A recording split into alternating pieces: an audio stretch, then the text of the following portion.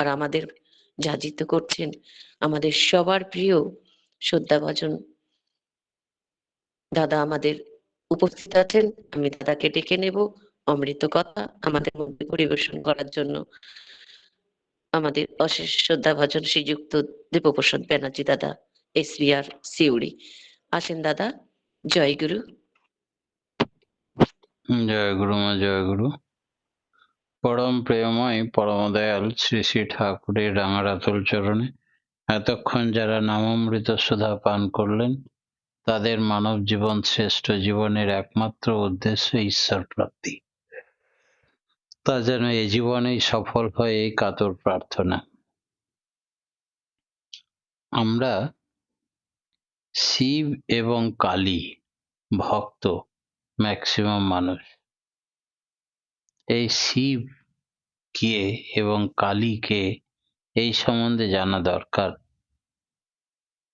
শিব কালীর তাৎপর্যই বা কি? কালী মানে কালো, নেগেশন অফ অল কালার, সমস্ত রঙের বিলুপ্তি হয়ে যায় কালোতে মিশলে। শিব মানে সাদা, কম্বিনেশন অফ অল কালার, সমস্ত রঙের সমাবেশ। শিবের বুকে শ্যামা অর্থাৎ কালী। কালী হলো negative aspect of all existence, সৃষ্টির নেতিবাচক দিক। সৃষ্টির মূলে আছে কম্পন। এই কম্পন সৃষ্ট শব্দ যখন বলল আলো হোক, তখন আলোর স্ফুরণ হলো। শব্দ জ্যোতিকে আহ্বান করলো। আলোর যতখানি স্ফুরণ হবে, অন্ধকার ততখানি সরে যাবে। এর মধ্যেই আছে সত্যম শিবম সুন্দরম। শুভ সাত্ত্বিক যা, তাই সুন্দর। What is good to us is true to us. যা আমাদের কাছে শুভ, তাই আমাদের কাছে সত্য। Beauty is true, true is beauty. সৌন্দর্যই সত্য, আর সত্যই সৌন্দর্য। আমাদের চরম উপলব্ধি হয় যখন আমরা ইষ্টের মধ্যে সবকিছু খুঁজে পাই। আমরা তখন দেখি তিনি যা কিছু হয়েছেন। এই উপলব্ধির মধ্যে দিয়ে পৃথিবীর সবকিছু ব্যাখ্যাত হয়, এক্সপ্লেন হয়। ধর্ম কি বলে? দি চ্যালেঞ্জ অব রাশিয়া বলে একখানা বই আছে। সেই বইতে ধর্ম সম্বন্ধে লেনিনের ঘোর আপত্তির কথা বলা আছে। শ্রী শ্রী ঠাকুর বললেন, যে যাকে ধর্ম বলছে তা কিন্তু ধর্ম নয়। ক্রাইস্ট যা বলছেন, পুরুষোত্তম যা বলেন, যুগ অবতার যা বলেন, সেইটি সমস্ত অস্পষ্টতা, ক্লামজি ভাব দূর করে দেয়। ধর্মের প্রকৃত স্বরূপ ব্যাখ্যা করেন যুগ পুরুষোত্তম আচার্য। তিনি আচরণ সিদ্ধ হয়ে দেখান ধর্মের প্রকৃত রূপ কি। একজন আমেরিকান ভক্ত অস্পষ্ট না থাকলে পারে, ক্লামজি ভাব থাকতে পারে, কিন্তু ধর্ম আমাদের জীবনের অনেক বাস্তব প্রয়োজনকে পূরণ না করে উপেক্ষা করে এড়িয়ে যায়। শ্রী শ্রী ঠাকুর বললেন, ধর্ম বলে তুমি প্রবৃত্তির বশে অযথা জঞ্জাল বাড়াতে যেও না। যেগুলি অ্যাভয়েড করো, তুমি true and love and service এর প্রকৃত ভালোবাসা এবং তোমার জীবনে হ্যাগার্ড, হতচ্ছাড়া হয়ে পড়বে। ধর্ম বলে নিজেকে ভারাক্রান্ত করো না। অযথা জঞ্জাল দিয়ে বরং তা অ্যাডজাস্ট নিয়ন্ত্রণ করো। উক্ত ব্যক্তি ধর্ম জীবন অনেক ত্যাগ স্বীকার করতে হয়, তাই ত্যাগ করতে হয় যা আমার এবং অন্যের জীবনের পক্ষে ক্ষতিকর, যা তা হচ্ছে এই ধর্ম কখনো ক্ষতি করে না। ধর্মর বিকৃত অর্থ মানুষকে ক্ষতির পথে, বিকৃত ব্যাখ্যার পথে নিয়ে যায়। ধর্মকে আফিংয়ের নেশা বলা হয়েছিল কেন? শ্রী ঠাকুর বললেন, ধর্মের মধ্যে কোনো ফাঁকিবাজি নেই। Do this and have accordingly. এই করো এবং পাও। ধর্মকে যে আফিং বলে, তার মানে আফিংয়ের নেশা যেমন ত্যাগ করা যায় না, বাঁচতে গেলেও তেমনি ধর্ম অবশ্যম্ভাবী, ধর্মকে ত্যাগ করে বাঁচা যায় না। তাই ধর্ম আফিংয়ের নেশা। মানুষ বাঁচার জন্যই পাপ করে কিনা? বাঁচার জন্য পাপ করে না, অবৈধ ভোগের প্রলোভনে পাপ করে। অবৈধ ভোগই হলো পাপ। অন্যকে বঞ্চিত করে ভোগ আকাঙ্ক্ষা যখন বেড়ে থাকে, তখনই হয় পাপ। অনেক সময় বাঁচার জন্য চুরি করতে বাধ্য হয়। শ্রী ঠাকুর বললেন, গত্যন্তরবিহীন হয়ে প্রাণ ধারণের জন্য যদি কোনো সময় কেউ কোনো কিছু অন্যায় করে, দোষ করে, তো তার দোষ কমই হয়। জীবন রক্ষার্থে, প্রাণ রক্ষার্থে মানুষ যদি অপরকে গুলি করে মেরেও ফেলে, তাহলে আইনে বিধান আছে, তার কোনো শাস্তি হবে না। আত্মরক্ষার জন্য আত্মহত্যা, অপরকে হত্যা করলে। তাই সেরকম প্রাণ ধারণের জন্য যদি কেউ অন্যায় করেছে, চুরি করেছে, নিজের ভরণ পোষণ চালিয়েছে, তবে খুব একটা গর্হিত কাজ হয় না। ঈশ্বর কাউকে শাস্তি দেন কিনা? কথা প্রসঙ্গে একদিন ঠাকুর বললেন, ঈশ্বর কাউকে শাস্তি দেন না, কিন্তু তার বিধি, যার ভিতর দিয়ে জগৎ সৃষ্টি হয়েছে, জগৎ চলছে, তাকে যদি আমরা না মানি, তবে সেই অনুপাতে ফল আমাদেরকে ভোগ করতে হবে। বিধির বিধান যেই মুহূর্তে ব্যতিক্রমী চলনে চলাবো বা চলবো, সেই মুহূর্তে নিজেকে পূর্ণ করতে চায় অবিধিকে সরিয়ে দিয়ে। জলের থেকে পাতলা যদি কিছু জলের মধ্যে যখন দিই, তবে সে ভাসিয়ে দেবে, আত্মীকৃত করে নেবে না। তাই ঈশ্বর কাউকে শাস্তি দেন না। ঈশ্বর বিধির বিধান রক্ষা করে চলেন। কিরকম? আমরা সাধারণত যখন দীক্ষা পাইনি, অর্থাৎ ধর্ম প্রকৃত চক্ষু দান করে, ধর্ম ধাঁধাকে ধ্বংস করে, তাই প্রকৃত চক্ষু দান হয়নি, ধাঁধাকে ধ্বংস করতে পারিনি, তখন আমরা কি করতাম? তখন একটা চোর ধরা পড়লে সঙ্গে সঙ্গে সেখানে গিয়ে দোঘা লাগিয়ে দিলাম। কার কি চুরি করেছে, কেন চুরি করেছে, এসব জানার কোনো প্রয়োজনই বোধ করতাম না। কিন্তু যখন ঠাকুরের দীক্ষা নিলাম, ঠাকুর বললেন, তুমি শাস্তির ভার, দণ্ডের ভার আপন হাতে নিতে যেও না, পরম পিতার উপরে ন্যস্ত করো, মঙ্গলের অধিকারী হবে। অথবা ওই শাস্তি পরম পিতা উভয়ের মধ্যে তারতম্য অনুসারে ভাগ করে দেবেন। কি সাংঘাতিক কথা!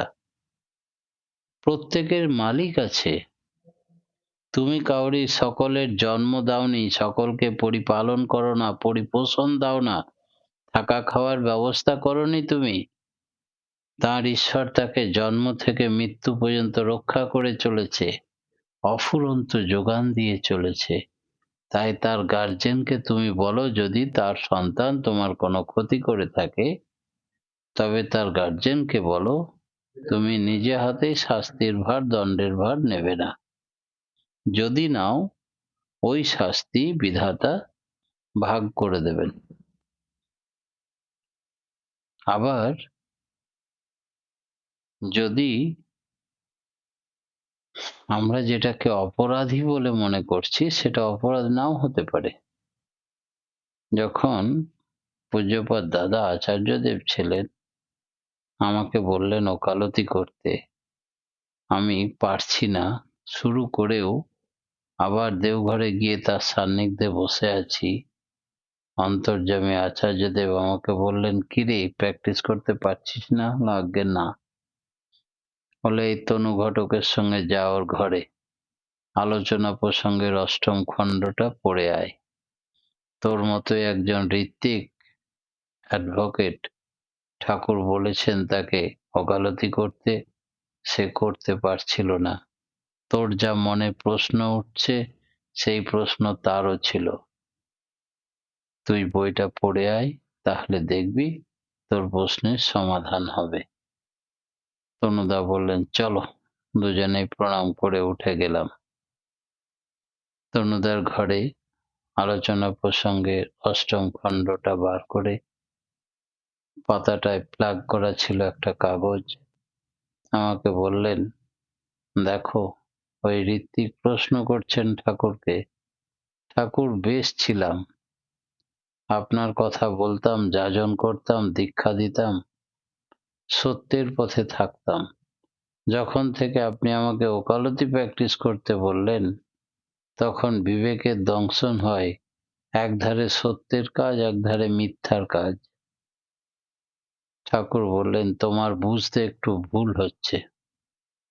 ঋত্বিক ধর্মের আশ্রয় নিয়ে মানুষকে রিলিফ দেয়, তাই সে রিলিভার।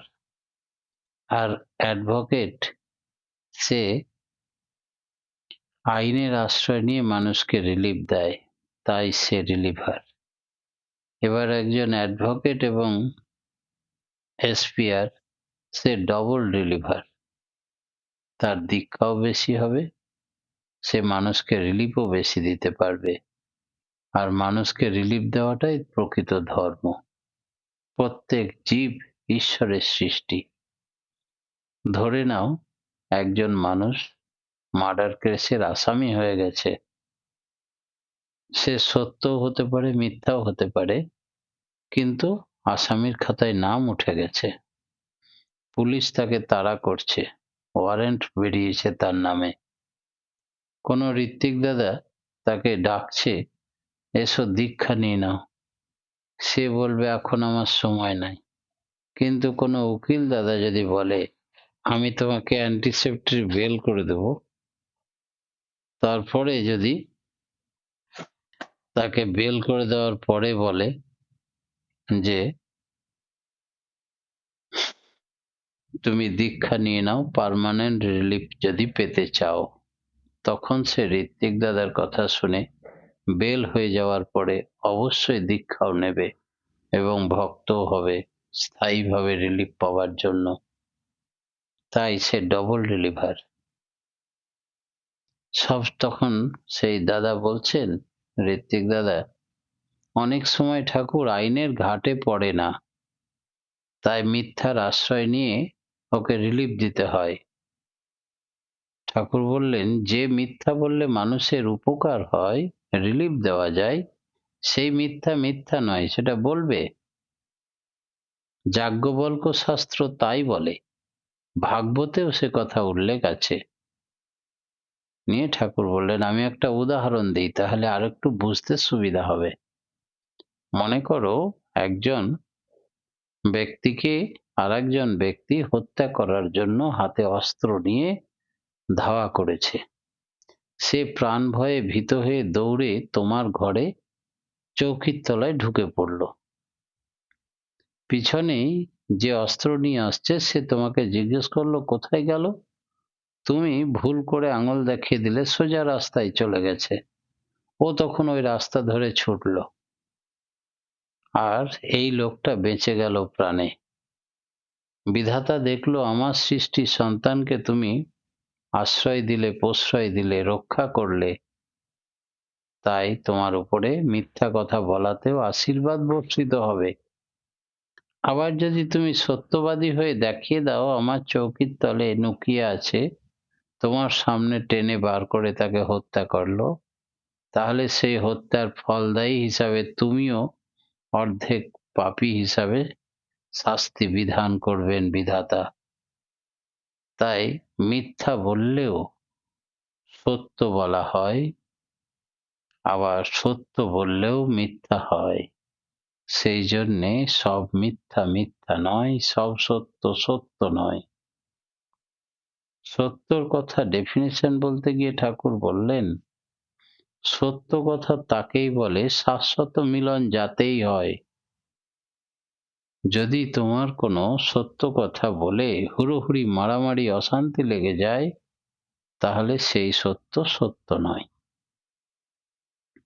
তাই সত্য এবং মিথ্যা সঠিক ব্যাখ্যা নিজের বিবেকের মাধ্যমে, চৈতন্যের মাধ্যমে জানতে হবে। আমি পরমপিতার সৃষ্টি জীবকে কতটা কি রিলিফ দিতে পারছি, সেইটাই সত্য বা সেটাই ধর্ম। এই সমস্ত কথা পড়ার পরে আমি ফিরে এলাম আচার্যদেব পূজ্যপাদ দাদার কাছে। বললেন, কিরে, বুঝতে পারলি? না আজ্ঞে হ্যাঁ। এবার আর কোনো প্রশ্ন নেই তো? না আজ্ঞে না। এবার লেগে যাও। তারপর থেকেই শুরু করে দিলাম প্র্যাকটিস। আর জানলাম ঈশ্বর কাউকে শাস্তি দেন না। ঈশ্বর বা বিধির বিধান যে উল্লঙ্ঘন করে, ভুল বুঝে হোক ঠিক বুঝে হোক, ঈশ্বর তাকে সে শাস্তি পায় বিধাতার মতে। ঈশ্বর চান না কাউকে শাস্তি দিতে এবং শাস্তিও দেন না। আমি যদি আগুনে আঙুল দিই তাহলে আমার আঙুলটা পুড়ে যাবে, আঙুল যদি সরিয়ে নিই পুড়বে না। এখানে ঈশ্বরের কোনো ফাংশন নেই। কৃপা মানে করো হও পাও। ভক্তি আসে কখন? শ্রী শ্রী ঠাকুর আপন মনে একদিন বলছেন, উপভোগ কিন্তু ভক্তির মধ্যেই, আর যা কিছু গজায় ওর ভিতর দিয়েই। এত কথা যে বললাম, তাও এর উপর দাঁড়িয়েই। এই ভক্তি ছাড়া কোনো কিছুই সার্থকতা লাভ করে না।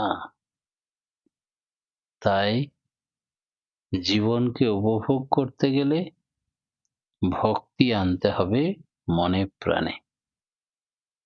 অনুরাগের সঙ্গে প্রেম, ভক্তি, ভালোবাসা নিয়ে ইষ্টের বা মঙ্গলের পথে চললে তবেই জীবনকে উপভোগ করা যায়। তাছাড়া উপভোগই হয় না। যারা প্রবৃত্তির নেশায় চলে তাদের জীবনটা আনন্দমুখর হয়ে ওঠে না। কথায় আছে, বৈধি চলনে মুক্তি হতে পারে কিন্তু ভক্তি হয় না। অনেকে দীক্ষা না নিয়ে, ভক্তি না করে বৈধি বিধির চলনে চলবে, তাতে মুক্তি হতে পারে, প্রবৃত্তির হাত থেকে মুক্তি পাবে, কিন্তু ঈশ্বরের প্রতি প্রেম, ভক্তি, ভালোবাসা জন্মাবে না। তাই মুক্তি না হলে আবার কৃষ্ণ প্রেম আসে না। তাই যখন সমস্ত প্রবৃত্তি সার্থকতায় দাঁড়ালো, ইষ্ট প্রাণ হলো, তখন ভক্তি আসে, কিংবা ভক্তি আসলে এগুলি আপনি আপ আসে। পুরুষাকারের ভিতর দিয়ে অগ্রসর হলেই ভক্তি আসে, নয়তো যদি প্রচুর কান্নাকাটি করে তাতেও ভক্তি আসে না। ভক্তি এলে মুক্তি আসে, আর আসে ইষ্টে প্রেম। পূর্ণতা বলে কিছু আছে কিনা? মানুষের পক্ষে পারফেকশন বা পূর্ণতা, এই জিনিসটা স্থিতিস্থাপক নয়। ভক্তির ভিতর দিয়ে কোনো আদর্শে যুক্ত হলে তা পরিপূরণের জন্য পারিপার্শ্বিকের সেবা নিয়ে নিরন্তর এগিয়ে চললে তখন তার মধ্যে পারফেকশন আসে আত্মসংশ্লেষণ, আত্মবিশ্লেষণের মাধ্যমে। কেউ যদি তার ভুল ত্রুটি ধরিয়ে দেয়, সে ভীষণ আগ্রহ সহকারে নিজের আত্মসংশ্লেষণ বিশ্লেষণের মাধ্যমে আরো পারফেকশনের দিকে এগিয়ে যেতে পারে এবং এটা থেকে বোঝা যায় যে মানুষটা সৎ পথে আছে। আর যে চটে গেল তার মানে সে ইষ্টের পথে নেই, অহমিকার পথে আছে।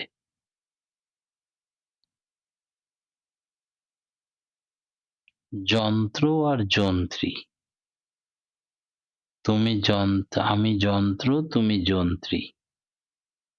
যন্ত্র যে সে বলতে পারে না, আর যন্ত্রী জানে তার যন্ত্র কিভাবে কখন কতটা বাজাবে। যন্ত্রের নিজের উপরে নিজের আধিপত্য নেই, তাই যন্ত্রটাকে যন্ত্রীর হাতে তুলে দিতে হয়, যেটা ভগবান শ্রীকৃষ্ণ অর্জুনকে তুলে দিয়েছিলেন রথের 6টা প্রবৃত্তির 6টা গণ্ডি, চাবুক, লাগাম। তাই কাম, ক্রোধ, লোভ, মদ, মোহ, মাৎসর্য, এই 6 উপর দড়ি বা লাগাম তুলে দিলেন ঈশ্বরের হাতে, আর তাকে রাখলেন মনোরথের অগ্রভাগে বসিয়ে। তার ইচ্ছায় জীবন রথ চলতে থাকলে আর আপদ বিপদের সম্ভাবনা নেই। তোমার ইচ্ছাই পূর্ণ হোক ঠাকুর, আমার কোনো চাওয়া পাওয়া নেই, সব তুমি, সব তুমি। এই ভাব হচ্ছে নির্মল চৈতন্য রাজ্যের মনের ভাব। পরম পিতার রাঙা রাতুল চরণে প্রতিপ্রত্যেকের সার্বিক মঙ্গল প্রার্থনা জানিয়ে আজকের মতো আমার ইষ্ট প্রসঙ্গ এখানেই স্থগিত রাখলাম। জয় গুরু।